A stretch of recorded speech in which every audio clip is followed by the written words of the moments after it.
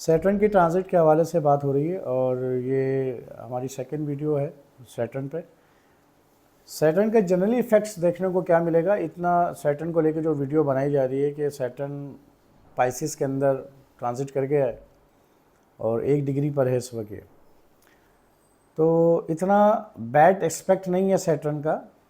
लोगों को थोड़ा सा एक सैटर्न को शनि इसको लेके थोड़ा सा ये होता है कि पता नहीं क्या कुछ होने वाला है। कुछ भी नहीं होने वाला, कुछ तब्दीलियां होंगी। अब तब्दीली होने में क्या होता है कि आपको लगता है कि कुछ चेंजिंग हो रही है, तो आप किसी की जॉब चेंज हो रही है तो उसको फील होगा कि मेरी जॉब बदल रही है। पता एक सर्कमस्टेंसेस क्रिएट होंगे थोड़े से ग्रीफ या उदासी के। जब भी कोई तब्दीली होती है तो क्या फील करते हैं आप? अक्सर ये फील करते हैं कि यार अब पता नहीं कैसा होगा। एक अनसर्टन सी कंडीशन आप फील करेंगे। हो सकता है वो कंडीशन आपके लिए पॉजिटिव हो जाए। तो इसको समझने के लिए थोड़ी सी आज वीडियो में डिस्कस करेंगे कि हर लेमैन समझ सकता है सैटर्न के इस ट्रांजिट को देख के। तो सैटर्न का ट्रांजिट पाइसिस में, और पाइसिस राशि जो है, जो साइन है, वो 12 साइन आता है, एरीज से काउंट करेंगे। इससे पहले सैटर्न किस में था? 11th में। 11th हम जानते हैं डिज़ायर्स गेन की है। जो भी प्रॉफिट और गेंस, ये जो हमारी ख्वाहिशात है उसको लेके थी, तो कुछ लोगों को डेफिनेटली फुलफिल कराया होगा उस तरीके से। किनको? जिन्होंने वर्क किया है, काम किया है। कुछ सैटर्न को समझ लो पहले। सैटर्न एक कार्मिक प्लानेट। कार्मिक का मतलब ये है कि तुम करो तो मैं तुम्हें दूंगा, अदरवाइज नहीं दूंगा। तो वो लोग परेशान हो जो हार्ड वर्कर नहीं है, जो डिसिप्लिन नहीं है, जो लॉयल नहीं है अपनी फील्ड के तरफ। क्योंकि सैटर्न वाहिद ऐसा प्लानेट है पूरे प्लानेटरी कम्बिनेशंस में, जो प्लानेट्स हैं हमारे पास, उनके अंदर सैटर्न एक वाहिद ऐसा प्लानेट है जो आपके प्रोफेशंस को बताता है, कैरियर को बताता है। वो कहते हैं ना, आप किसी से मिलते हैं, क्या नाम है? आप बोलते हैं मेरा नाम ये है। दूसरा सवाल क्या पूछता है कि आप क्या करते हैं? तो वो इनडायरेक्टली पूछ रहा है सैटर्न के बारे में। हम पूछते हैं ना, मिलते हैं, आप क्या करते हैं, आपका काम क्या है? तो वो इनडायरेक्टली आपसे सैटर्न के बारे में पूछता है। तो सैटर्न हमारे रोज़मर्रा के कामों का भी है, हमारे कैरियर प्रोफेशंस का भी है, हमारी जॉब का भी है और बिजनेस का भी है। अब आप ये कहते हैं कि भाई मैं बिजनेस करता हूँ, तो जो लोग बिजनेस कर रहे हैं और एरीज वाले हैं, तो उनके 12th हाउस में सैटर्न है, तो उनके बिजनेस को लेकर तब्दील करेगा। क्योंकि एरीज के अंदर 11th हाउस का लॉर्ड है, तो सोशल कनेक्शंस भी तब्दील होंगे। सोशल कनेक्शन जो हैं उनके, फ्रेंडशिप, सोशल कनेक्शन हर आदमी के होते हैं, सर्कल, वो बदलेंगे, वो चेंज हो जाएंगे। ठीक। दूसरी बात कि सैटर्न क्योंकि कैरियर प्रोफेशन है और 12th हाउस बदलाव का है, तो आप देखना ओवरऑल द वर्ल्ड आपको लोगों के काम काज वो बदलते हुए नजर आएंगे। लोग अपने कारोबार को बदलने का सोचेंगे, जॉब को बदलने का सोचेंगे, फॉरेन सेटलमेंट का सोचेंगे। और दूसरी एक बात कि इस वक्त जो वीज़ा पॉलिसीज़ हैं दुनिया में, जितने भी ममालिक हैं, उनकी वीज़ा पॉलिसीज़ हों या उनकी इमिग्रेशन पॉलिसीज़ हैं, वो उस पर काम ज़्यादा होगा। यानी कि बहुत सी जगहों पे कुछ गैर कानूनी तौर पे जो लोग मौजूद हैं कंट्रीज़ में, कोई नई सख्त पोजीशंस बनाई जाएंगी, नई कोई ना कोई टर्म एंड कंडीशन बनाई जाएंगी वीज़ा पॉलिसीज़ को लेके, वीज़ा इमिग्रेशंस को लेके। लोगों को यहाँ से कहीं और बाहर, जैसे कि अमेरिका में कोई है, तो वहाँ से काफ़ी लोग बेदखल हो सकते हैं अपने कंट्री में, या जो लोग गैर कानूनी तरीके से रह रहे हैं, तो उनके लिए भी कोई सख्ती का वक्त हो सकता है। इमिग्रेशन वीज़ा पॉलिसीज़ जो है वो उस काफ़ी बदलाव देखने को मिलेगा। शराइत सख्त भी हो सकती हैं, सॉफ्ट भी हो सकती हैं। जो लोग ऑलरेडी मौजूद हैं वो वापस अपने वतन भी आ सकते हैं, और जो अपने वतन में वो इमिग्रेशन पे भी जा सकते हैं। इसके हवाले जो खारजा पॉलिसीज़ जो होंगी, जितने भी ममालिक हैं वो अपनी खारजा पॉलिसी को लेके थोड़ा सा वर्कआउट करेंगे। इस 2.5 साल में काफ़ी तब्दीली आएंगी खारजा पॉलिसीज़ को लेके। अलायंस होगा लोगों का कि किसी के साथ अलायंस, किसी कंट्री का दूसरे कंट्री के साथ अलायंस हो गया, जिसका आपने, कई कंट्री ऐसे सामने आएंगे जिनका आपने सुना भी नहीं होगा कि ये वो आके अपनी वीज़ा पॉलिसी, इमिग्रेशन प्लान को सामने रखेंगे। इन्वेस्टमेंट बहुत बढ़ेगी। इन्वेस्टमेंट के जो पैरामीटर्स हैं और जो इनकी जो क्लासिफिकेशन है, इन्वेस्टमेंट की जो जगहें वो बदलेंगी, चेंज होंगी,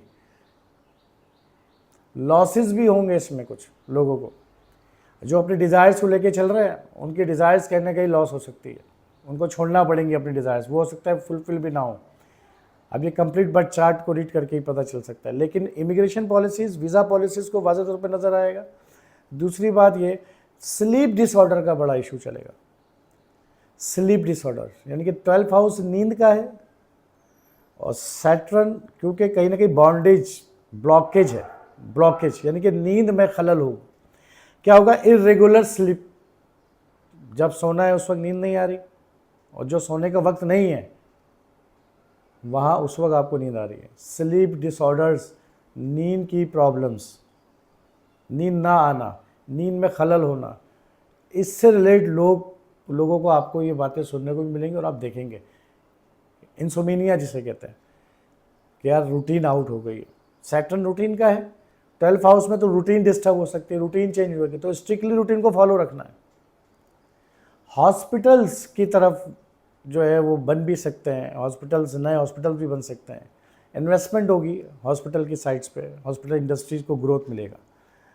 और 12th हाउस स्पिरिचुअलिटी का है, रूहानियत का है, तो किसी भी मज़हब मसलक के अंदर वो लोग जिनको आप रूहानी पेशवा समझते हैं, कोई रहबर समझते हैं अपना कि ये हमारे रूहानी पेशवा हैं, अगर वो सही काम करते चले आ रहे हैं तो this is time to get, उनके प्रिविलेज में इजाफा होगा। और अगर उन्होंने सही ऐसा कुछ नहीं किया है तो उनके बुरके भी उतरेंगे, जो कवर है ना वो कवर उतर जाएगा, आपको रियलिटी दिखा देगा सैटर्न ला के कि ये एक्चुअल में मज़हबी बन रहा है या मज़हबी है। किसी भी, देखो दीन है क्या? दीन कॉन्स्टिट्यूशन का नाम है। कोई भी मज़हब वो तहज़ीब से बना है। तहज़ीब कहते हैं कि मैंने हमारे घर की अपनी तहज़ीब है, हर ख़ानदान की अपनी तहज़ीब है ना, कल्चर है, तो उसको आपने अडॉप्ट किया हुआ है। तो इसी तरह एक मज़हब है, तो मज़हब भी तहज़ीब से मिलता जुलता लफ्ज़ है। तो जो आप जिस भी मज़हब में पैदा हुए हैं उसमें कितने राइट वेज थे आप, क्या उसको आपने बदल तो नहीं दिया? क्योंकि बिगाड़ तो पैदा नहीं हो गया। तो जो भी मज़हबी लोग आपको नज़र आ रहे हैं, क्या उन्होंने सिर्फ लिबादा उड़ा हुआ था मज़हब का, या वो अंदर भी कहीं मज़हबी थे या हैं, या कितने राइट वेज है अपने उस बिलीफ सिस्टम पे? ये सारा का सारा इसी सैटर्न की ट्रांजिट के अंदर 2.5 साल में ओपन अप हो जाएगा सर। और जो लोग ओरिजिनिटी के अंदर काम कर रहे हैं मज़हब को लेके या स्पिरिचुअलिटी को लेके, और उनके अंदर कोई भाव यह है कि यार कुछ दें, कुछ सर्विस करें, तो वो ओरिजिनिटी पे उनका नाम अब फ्रंट पे आने वाला है। यानी कि बिल्कुल हिसाब किताब का प्लानेट है, जज है। तो अब ये आया, जिसने जो किया उसके हाथ में उसका एक खाता, उसको खोल देगा और पिछला खाता बंद करके हिसाब करके सामने रख देगा। तो 12th हाउस हमारे बहुत से वो वो चीज़ें जो हमारे पीछे होती हैं, जो सामने नहीं आ सकती, छुपा हुआ है ना। तो छुपे हुए जितने भी काम थे लोगों के कि यार अब इसका, कहते हैं ना कि यार अब हमें पता चला इसका, ओहो ये बंदा ऐसा था, या ये तो मजहबी तौर पे हमें कुछ और बताया गया, अब रिवेल होंगी। 12th हाउस छुपाने का है, लेकिन सैटर्न उसको एक्सप्लोर करेगा। अब क्योंकि काम का है तो हर किस्म का काम, मज़हब का भी एक काम है, स्पिरिचुअलिटी भी एक काम है। तो एवरी, यानी कि जो पीछे लोग जो अपने कार्मिक कर्म करते चले आए हैं और वो अब तक नहीं एक्सप्लोर हुए लोगों के सामने, जस्टिफिकेशन देनी पड़ेगी, पॉजिटिव भी नेगेटिव भी। जस्टिफाई होगा अपने कामों को लेके, इसके लिए रेडी रहें। अब डेफिनेटली अगर जज कोई फैसला सुनाता है किसी दो फरीक के दरमियान, तो फैसला तो एक ही के हक में होगा, तो दूसरा डेफिनेटली उसके तो खिलाफ गया ना। तो जिसके खिलाफ गया वो ये कहेंगे कि यार सैटर्न का ट्रांजिट ख़राब हो गया। वो फिर भी अपने कर्म को नहीं देख रहे कि क्या किया था उन्होंने। उनको यहाँ देखना चाहिए कि मैंने क्या किया है अब तक, जो किया है वो मिलेगा इनको। अच्छा, 12th हाउस को एस्ट्रोलॉजी में बहुत ख़राब मानते हैं लेकिन अगर ये 12th हाउस ना हो तो ये जितनी भी इन्वेस्टमेंट्स नज़र आ रही है ये भी नहीं होंगी। आप अगर किसी को कुछ देने का हौसला रखते हैं, आप डोनेशन कर रहे हो, आप किसी को कोई इल्म दे रहे हैं, कोई बात दे रहे हैं, कोई मशवरा दे रहे हैं, पैसा दे रहे हैं, या किसी को माफ़ कर रहे हैं, तो ये सारी चीज़ें ख़त्म कर दें। फिर अगर 12th हाउस इतना ही बुरा है तो 12th हाउस से रिलेट जिन उन लोगों को चाहिए कि वो अब कुछ देने के लिए आ जाएं। हम किसी के लिए कुछ क्या दे सकते हैं। अगर वो देने वाली बात करते हैं, यानी कि आपने दूसरे को विन कराना है, this is time to win the other people. फिर सैटर्न आपका अनप्रिविलेज लोगों का है। जितने भी नेसेसिटी ज़रूरतमंद लोग जो हैंड टू माउथ है, बिल्कुल बिलो द एवरेज लाइफ गुजार रहे हैं, उनको सर्व करें। उनके लिए प्रॉब्लम हो सकती है यहाँ पे, लेकिन आपको उन लोगों का ज़्यादा ख्याल रखना है इस सैटर्न के पूरे ट्रांजिट में। एम्प्लॉई हैं जो आपके, उनको डोनेट करें, उनको सर्विसेज प्रोवाइड करें। तो आपका सैटर्न और ये पाइसेस कहीं ना कहीं आपको उतना ज़्यादा आपको वीक नहीं करेगा, क्योंकि 12th हाउस वीक का भी है।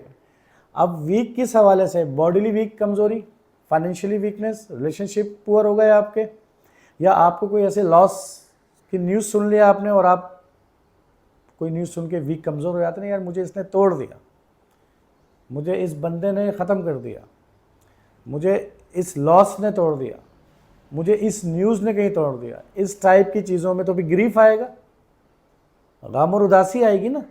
तो इसीलिए सैटर्न को गम और उदासी का कहते हैं। बट अगर आप वहाँ पे लेट गो कर दें, उस सिचुएशन में अगर आप माफ़ कर सकते हैं, अगर माफ़ कर दें, तो बेहतरीन ट्रांजिट है सैटर्न आपके लिए। यानी कि मेरेवलस रिजल्ट देगा आपको यहाँ पे। दूसरी बात बड़ी इंपॉर्टेंट है, वो ये कि आपको ड्यूटीफुल हो जाना है। अगर आपने कोई गलत चीज़ या कोई चीज़, जैसे लोग छुपाते हैं, कुछ बात छुपाते हैं, कुछ काम ऐसे कर देते हैं, वो छुपा देते हैं, वो नहीं छुपाना आपने। अगर आपने वो छुपा दिया कहीं से उसको, तो रिवील कर देगा। भाई आपने किसी के साथ साजिश कर दी, छुप नहीं पड़ेगी, छुप नहीं पाएगी, सामने आ जाएगी। और इसके इफेक्ट्स 1 महीने पहले से, सैटर्न 29 को आया है, तो 1 महीने पहले से आपको इसके इफेक्ट्स, एक क्लाइमेटल, जैसे बारिश का सीज़न आता है तो बादल बनते हैं, मौसम, तो वो सिस्टम बनता हुआ महसूस हो रहा होगा इस वक्त। जो लोग पर्दे के पीछे थे, अब वो पर्दे के बाहर आएंगे। अब उसमें कुछ वो लोग भी होंगे जिन्होंने अपने काम को सही रख के चलें, और उसमें वो भी होंगे जिन्होंने कुछ अनएथिकल किया है। तो दोनों पर्दे के जो पीछे थे, अब वो पर्दे के सामने आने वाले हैं। अब डेफिनेटली आप चोर को चोर कहेंगे, पकड़ लेंगे, तो वो तो ये कंडीशन सिचुएशन बन रही है ओवरऑल। ये लेमैन देखने को इनको मिलेगा। अब एरीज से लेके पाइसेस तक मेरे ख्याल से पिछली वीडियो में हमने डिस्कस कर दिया कि कहाँ पे सैटर्न के इफेक्ट्स चल रहे हैं, लेकिन नींद का इशू वो रहेगा, स्लीपिंग का। तो उसमें ये कि मेडिटेशन करें। ये एक रेमेडी है लोगों के लिए, 2 रेमेडी मैं अभी दे देता हूँ ताकि आप उसको यानी कि प्रॉपर तरीके से रूटीन बना के करें। दूसरा, अपनी फीट का ख्याल रखें, पैर है ना, फीट यानी कि तलवे, आपके पिंडली तलवे जो आपकी फीट है, इसको साफ़ सुथरा रखना है आपने। मतलब प्रॉपर आप जितना इसको क्लीन रखेंगे, आपका सैटर्न भी ठीक रहेगा और आप हेल्थी भी रहेंगे। मतलब एक ये पार्ट है, इसका ख्याल रखें। दूसरा, आप मेडिटेशन पे आए, यानी कि थोड़ा सा, अब जैसे कि हमारे मुस्लिम में तो मुराकबा होता है ना, वैसे इंग्लिश में मेडिटेशन है। तो आप रात को सोते वक्त, सोने के लिए बिस्तर पे जो आप जाएं बेड पे, तो 5-10 मिनट के लिए मेडिटेशन कर लें। मेडिटेशन के बहुत से तरीके कहीं ना कहीं दिए होंगे यूट्यूब पे और दीगर जगहों पे भी। आइज़ क्लोज करें और इनहेल करें सांस को, इन ब्रेथ, गहरी सांस लें, थोड़ा सा पॉज करें, रोकें कुछ सेकंड के लिए, उसके बाद फिर स्लोली, ग्रेजुअली, आस्ते आस्ते आपको माउथ के ज़रिए उसको रिलीज़ करना है। 5-7 मिनट 10 मिनट मेडिटेशन कर लें जब आप बेड पे जाएं। बेड क्यों कह रहा हूँ? 12th हाउस है, राशि 12 है, तो यूटिलाइज़ करें इसको। और जब उठें आप सो के तो उस वक्त थोड़ा सा कर लें। ये रूटीन से 5-10 मिनट की एक चीज़ है जिससे आपके मेंटल बैलेंसिंग भी बनी रहेगी और काफ़ी पॉजिटिवनेस भी रहती है, बॉडी भी आपकी ठीक रहेगी। तो यहाँ पे थोड़ा सा सैटर्न के हवाले से ये बात थी। और कोई क्वेश्चन इसमें आपको सैटर्न के हवाले से पूछना है?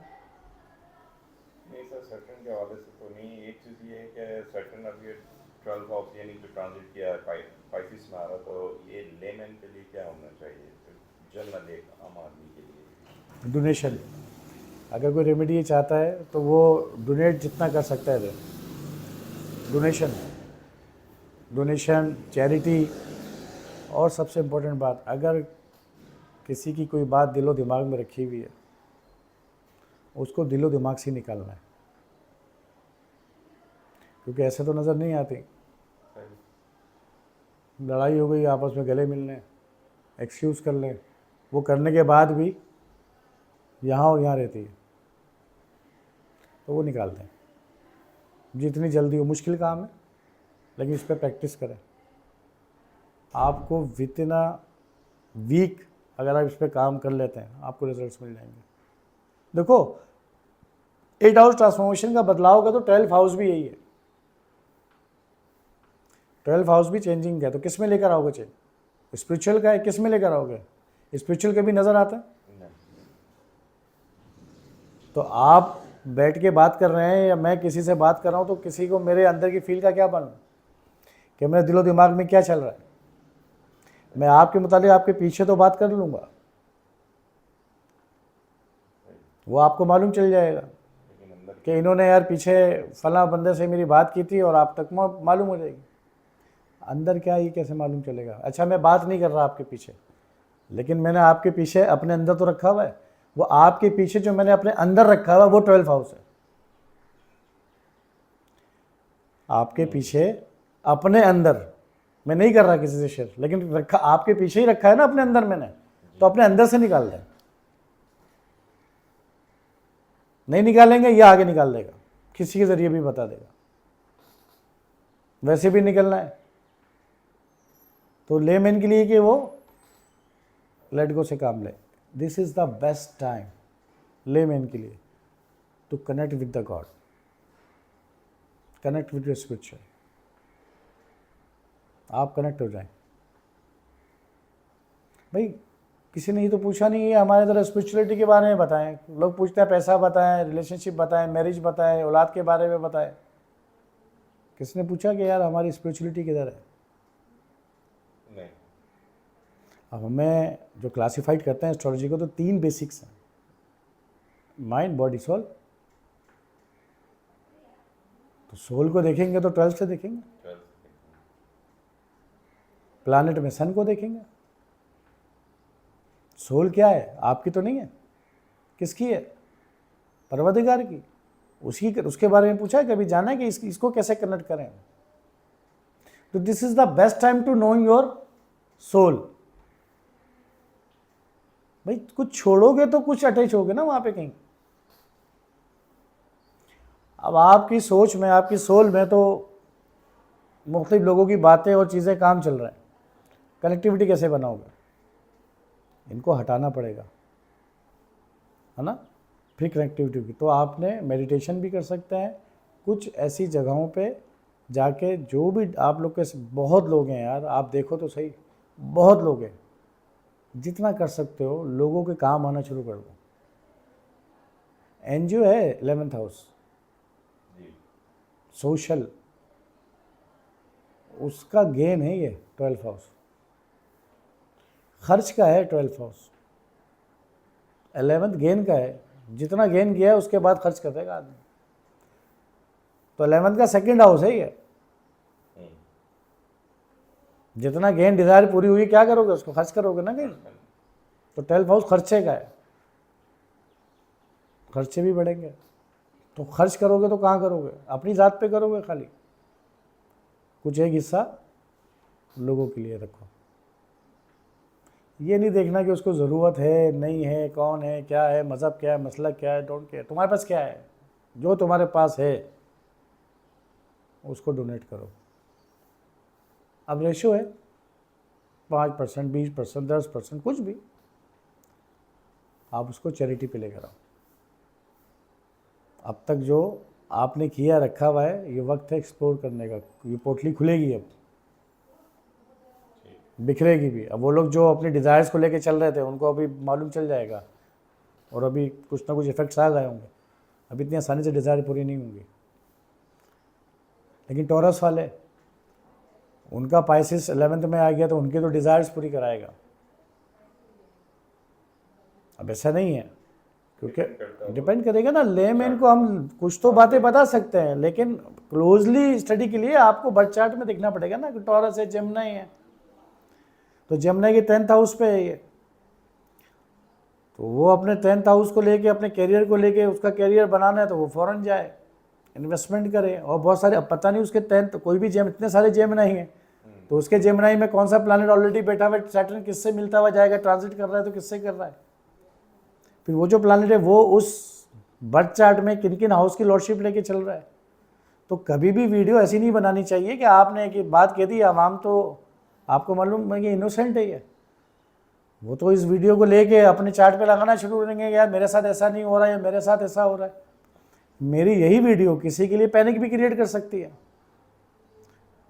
लेकिन ये वीडियो बनाने का मकसद सिर्फ और सिर्फ ये है कि जो हमारे एस्ट्रोलॉजी के स्टूडेंट्स हैं, या ओवरऑल दुनिया में जितने भी स्टूडेंट्स हैं जो एस्ट्रोलॉजी सीख रहे हैं, लर्न कर रहे हैं, रिसर्च, या और जितने एस्ट्रोलॉजर्स हैं, तो एक ही रेफरेंस के तौर पे ये वीडियो यूज़ हो सकती है उनके लिए। लेकिन मैं फिर आप लोग को कह रहा हूँ कि इस वीडियो को देख के आपने अपने बर्थ चार्ट पे डायरेक्टली नहीं लगाना है। आप लोग को जनरल मैंने रेमेडीज़ दे दी हैं कि लेट गो करो, माफ़ करो, डोनेशन करो, चैरिटी करो, जो तुम्हारे पास है। सिर्फ पैसा ही नहीं है, बहुत सारी चीज़ें हैं। किसी को अच्छा मशवरा दे सकते हो, किसी को कोई टाइम दे सकते हो, कोई भी चीज़। यार तुम्हारे घर में पुराने कपड़े रखे जो भर गए और तुम नहीं पहनते, वो उठा के किसी को दे सकते हो। मैंने ये मिसाल के तौर पे आपको बताइए, तो अब आपको अंदाज़ा हो जाएगा क्या क्या चीज़ें आ सकती हैं, वो करो क्लोजली। कि तुम्हें क्या करना है, तो तुम सबके बर्थ चार्ट अलग अलग हैं, क्योंकि आपके बर्थ चार्ट में किसी को बर्थ टाइम का इशू होगा, कहीं प्लैनेट कहीं 12th में बैठेंगे, 11th में एक्सपेक्ट किसका आ रहा है, तो वो क्लोज डेटा मिलेगा। उसको क्लोज स्टडी करने के बाद ही कोई प्रेडिक्शन या कोई रेमेडी या कोई एडवाइस दे सकती है। हर जेमिनी की एक जैसी एडवाइस भी नहीं हो सकती, तो बी केयरफुल। इस वीडियो को रेफरेंस के तौर पे यूज़ करना है, ठीक है। तो लेमैन के लिए सैटर्न ये करेगा, और जल्दबाजी नहीं करनी है। सैटर्न है डिले, स्लो एंड स्टडी। अगर कामों में डिले हो रहा है तो आप लोगों ने परेशान नहीं होना है कि काम लेट हो रहे हैं, सुस्त हो रहे हैं, बहुत स्लो हो रहे हैं। होने देना, उसी तरीके से ही होंगे। ये फास्टेस्ट मूविंग प्लैनेट नहीं है, मून, मरकरी, वेनस की तरह। वो बहुत फास्टेस्ट मूविंग प्लैनेट है। मार्स भी 45 डेज के लिए चलता है, तो वो भी फास्ट मूविंग प्लैनेट है। जुपिटर 1 साल के लिए, तो सैटर्न 2.5 साल एक साइन को कवर करेगा, 30 डिग्री को। तो ये स्लोली देगा। अगर पेशेंस है तुम्हारे अंदर तो तुम्हें मिलेगा, और अगर पेशेंस नहीं है तो पेशेंस को पैदा करो। बगैर पेशेंस के नहीं मिल सकता। अब किसी को सब्र नहीं है तो उसको बोलो सब्र रखना, करो प्रैक्टिस। कैसे रखेंगे सब्र? भाई सब्र पेशेंस रखेंगे तो सैटर्न ठीक होगा ना। तो बेसब्र नहीं बनना। अगर कोई डिजायर्स पूरी नहीं हो रही, कोई ख्वाहिशात पूरी नहीं हो रही, होल्ड कर देना। पेशेंस जैसे ही ले आओगे तुम अपने कामों को लेके, आप देख लेना वो काम हो जाएंगे।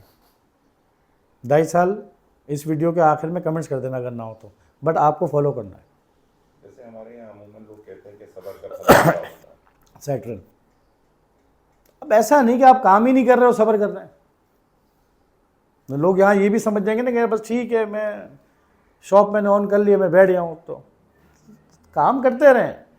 अब हमारे यहाँ जल्दबाजी क्या है कि हम काम शुरू करते हैं, हमें रिजल्ट 1 हफ्ते में चाहिए, 1 महीने में चाहिए। ये कह रहा है मैं 2 साल के अंदर दूंगा, जाते जाते दूंगा। आप किसी जगह जॉब करते हैं तो 4, 5, 6 साल करने के बाद ही परफॉर्मेंस का पता चलता है, और वो जो भी बेनिफिट्स मिलते हैं 6, 8 साल बाद ही मिलते हैं। और ज़्यादा करेंगे 10 साल तो उसके हिसाब से 20 साल, 30 साल। तो डेफिनेटली यार वो 30 साल उसने 20 साल किसी एक फील्ड में लगाए हैं, जॉब की है, बिजनेस किया, तब जाके वो बिजनेस बड़ा हुआ है। कोई 1-2 हफ्ते, 10 दिन, 20 दिन, 1-2 सालों का काम नहीं है। तो जो इस तरह करते चले आए अपनी फील्ड में, लॉयल, क्योंकि सैटर्न लॉयल है, हॉनेस्ट, ड्यूटीफुल है, फोकस, बिल्कुल रूटीन ओरिएंटेड से जो भी काम करते चले आए हैं। This is time to get a benefits from the Saturn. और जिनमें नहीं किया है तो क्या उनको मिलना चाहिए? This is time to punishment. अब उनके लिए पनिशमेंट ही हुई, और मैं अगर कहूँ कि ये पनिशमेंट नहीं है, अभी सीख लो, हो सकता है वो हिलाए आपको आगे कि क्या किया तुमने, तो आप उसको पनिश समझ रहे हैं। अब बच्चे को आप मारेंगे तो बच्चों के लिए तो पनिशमेंट है, लेकिन जो उसको डांट रहा है वो पनिशमेंट तो नहीं है। अगर बाप, फादर या मदर, पेरेंट्स बच्चे को किसी मामले में स्ट्रिक्ट हो रहे हैं, स्ट्रिक्ट प्लानेट है सैटर्न, तो बच्चे के लिए पनिशमेंट हो रही है, ये टीचर। लेकिन वो बाद में अगर उसको जब सोचेगा बैठ के सालों बाद, तो क्या कहेगा? तो सैटर्न इस तरीके से देता है, आसानी से नहीं है। आप बोलेंगे मैं कब तक करूं, 6 महीने हो गए मुझे, 8 महीने हो गए, 1 साल तो हो गया मुझे। करते रहो, आगे ना सबर। अब मैं कुछ करूं ना, बस मैंने झटपट अभी काम स्टार्ट किया और बैठ गया कि यार अब मुझे मिलेगा, ऐसे नहीं है। रूटीन, रोज आना, डेली बेसिस पे। एक घोंसला बनता है ना, तो एक एक तिनका होता है उसके अंदर। अब एक तिनका बहुत इंपॉर्टेंट है। अब आपके लिए क्या होगा यार, एक तिनके से क्या होता है, लेकिन उसने हज़ारों सैकड़ों तिनके जमा करके वो नेस्ट बनाया उस बर्ड ने। तो ऐसा कोई काम वो सैटर्न है। कर सकते हो तो बिल्कुल मिलेगा, नहीं कर सकते हो तो गम और उदासी मिलेगी और कुछ नहीं मिलेगा, क्योंकि प्रॉमिस। अच्छा एक बात और, सैटर्न के दौर में अगर किसी को जो कुछ मिलेगा वो आसानी से नहीं जाता, बहुत सॉलिड होता है, क्योंकि आपको दिया ही उसने, बिल्कुल रूट से उठा के दिया ना। स्ट्रगल, मेहनत, पसीना निकलवा दिया उसने, तो कोई हाइप देगा आपको। दुनिया को तो नजर आएगा कि आप इस मुकाम पे पहुंचे हैं, वाह इसके मजे हैं, ये लकी है, बहुत सारी बात, लेकिन उसके पीछे जाके देखना जरा आप, उसकी हिस्ट्री में जाके देखना कि उसने कितनी स्ट्रगल करी होगी। कोई भी मैन वुमेन कोई भी, कितने लॉसेस के होंगे, तब जाके उसको मालूम चला। तो ऐसे लोग जो शॉर्टकट है उनके लिए वीडियो नहीं है, शॉर्टकट वालों के लिए वीडियो है ही नहीं, जिनको चाहिए कि भाई शॉर्टकट मिल जाए। सैटर्न शॉर्टकट का प्लानेट ही नहीं है, और शॉर्टकट लाइफ में होता भी नहीं है, यकीन करो। मैं नहीं मानता कि लाइफ में शॉर्टकट से कोई चीज़ मिलती है, नेवर। कैरियर तो नहीं मिलता कम से कम, तो जहाँ लफ्ज़ कैरियर आ गया 10-20 साल लग गए आपके, कहाँ है शॉर्टकट? उसमें तो टाइम चाहिए। तो याद रखो दोस्तों, कैरियर की बात आए तो कैरियर में शॉर्टकट नहीं चलता, ये याद रखना। तो कैरियर चूज़ करते वक्त सबसे पहले तुमने क्या सोचना है कि यार मैंने शॉर्टकट नहीं लेना, और दूसरी चीज़ क्या ऐड करनी है? पेशेंस ऐड करना है। शॉर्टकट हटाओ, पेशेंस को लाओ, और जो भी पर्टिकुलर फील्ड तुम्हारे चार्ट के हिसाब से उसमें लग जाओ। Definite you will get, definite. वो कह रहे हैं ना कुरान में, यानी कि जिसने जिस काम के लिए जितनी मेहनत की हमने उसको उतना दिया। अब इसमें मुस्लिम, हिंदू, सिख, ईसाई कहाँ है? इसमें मुस्लिम, हिंदू, सिख, ईसाई कहाँ है? हमने यानी कि जिस इंसान ने जिस काम के लिए जितनी कोशिश की हमने उसको उतना दे दिया। दिस इज सैटर्न की लाइन है पूरी। ठीक है, तो और फिर देख लेंगे किसी नेक्स्ट प्लैनेट के हवाले से।